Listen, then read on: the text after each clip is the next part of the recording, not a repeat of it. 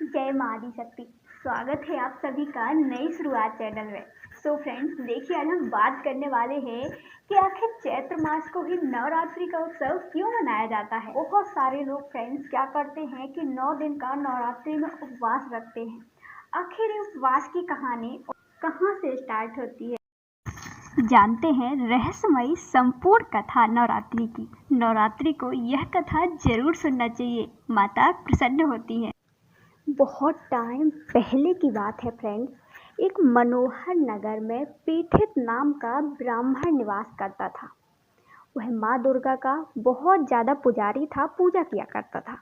उसके घर में एक कन्या का जन्म हुआ।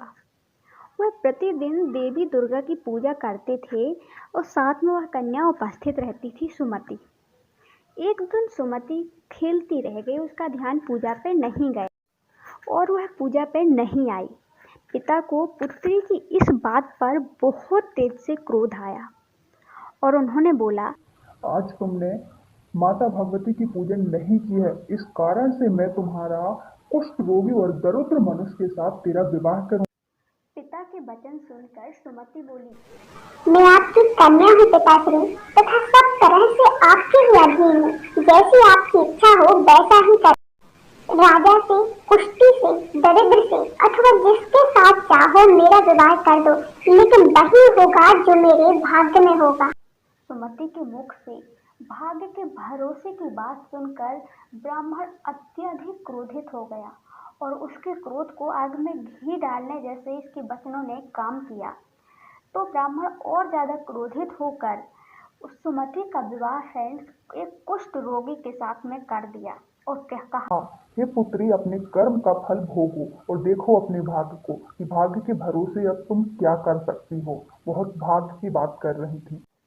तथा फ्रेंड्स सुमति का जो पति था वो कुष्ठ रोगी तो था ही, साथ में बहुत ज्यादा गरीब भी था। तो वो जाकर के जंगल में रहने लगे। एक दिन उस बालिका की ऐसी दशा देख कर के भगवती माँ प्रकट हुई और बोली, हे पुत्री, मैं तेरे पूर्व जन्म के कर्म से बहुत ज्यादा प्रसन्न हूँ। तू पूर्व जन्म में एक भील की स्त्री थी और पतिव्रता थी। एक दिन तेरे पति निषाद ने चोरी की। चोरी के कारण तुम दोनों को सिपाहियों ने पकड़ लिया और ले जाकर के जेल खाने में बंद कर दिया। नवरात्र के दिन चल रहे थे, तुमने ना तो कुछ खाया और ना ही कुछ पिया। इस प्रकार 9 दिन तक नवरात्र का व्रत हो गया। ये ब्रह्माणी, उन दिनों में जो व्रत हुआ, इस व्रत के प्रभाव से प्रसन्न होकर मैं तुझे मनवांछित वर देती हूँ। तुम्हारी जो इच्छा है सो मांगो। सुमति बोली, हे माँ, मेरे पति का कोढ़ दूर कर दीजिए।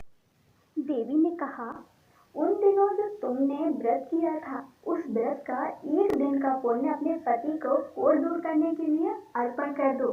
उस पुण्य के प्रभाव से तेरे पति कोढ़ से मुक्त हो जाएंगे। फिर क्या था फ्रेंड्स, उसके पति का शरीर सुंदर युवक के रूप में बदल गया। ये थी भगवती माता की कृपा। उस सुमति नामक ब्रह्माणी की स्तुति सुनकर देवी और अत्यधिक प्रसन्न हुई और ब्रह्माणी से बोली, तेरे उदालय नामक अति बुद्धिमान, धनवान, कीर्तिवान और जितेंद्रिय पुत्र शीघ्र ही तुम्हें प्राप्त होगा।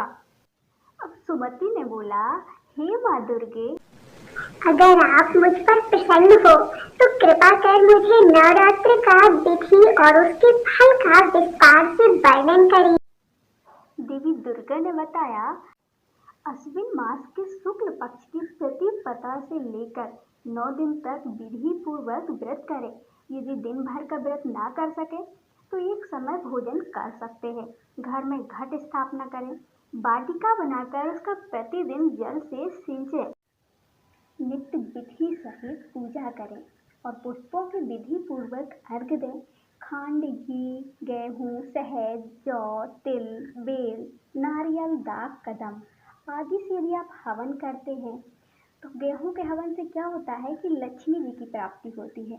यदि आप खीर और चंपा के पुष्प पर चढ़ाते हैं तो धन की प्राप्ति होती है। साथ ही यदि आप बेल पत्र, जो बेल है, उनको चढ़ाते हैं तो उनसे आपको सुख की प्राप्ति होती है। बिजौरा का यदि आप के फल का अर्घ देते हैं तो आपको सुंदर काया मतलब रूप की प्राप्ति होती है। जायफल का अर्घ देते हैं तो आपको यश और कीर्ति मिलती है। दाग का अर्घ देते हैं तो कार्य की सिद्धि होती है, सफलता मिलती है आपको कार्य में। आंवले का अर्घ देने से सुख की प्राप्ति होती है और केले का अर्घ देने से आभूषणों की प्राप्ति होती है। इस प्रकार पुष्पों और फलों का अर्घ देकर व्रत के समाप्त होने पर 90 दिन यथाविधि हवन करें। आंवले की कीर्ति की प्राप्ति होती है। उसी प्रकार केले से पुत्र की, कमल से राज सम्मान मिलता है और दाखों से संपदा की प्राप्ति होती है। इन दिनों 9 दिनों में जो कुछ दान दिया जाता है उसका करोड़ गुना फल मिलता है। इस प्रकार ब्राह्मणी को व्रत विधि और फल बताकर देवी अंतर्ध्यान हो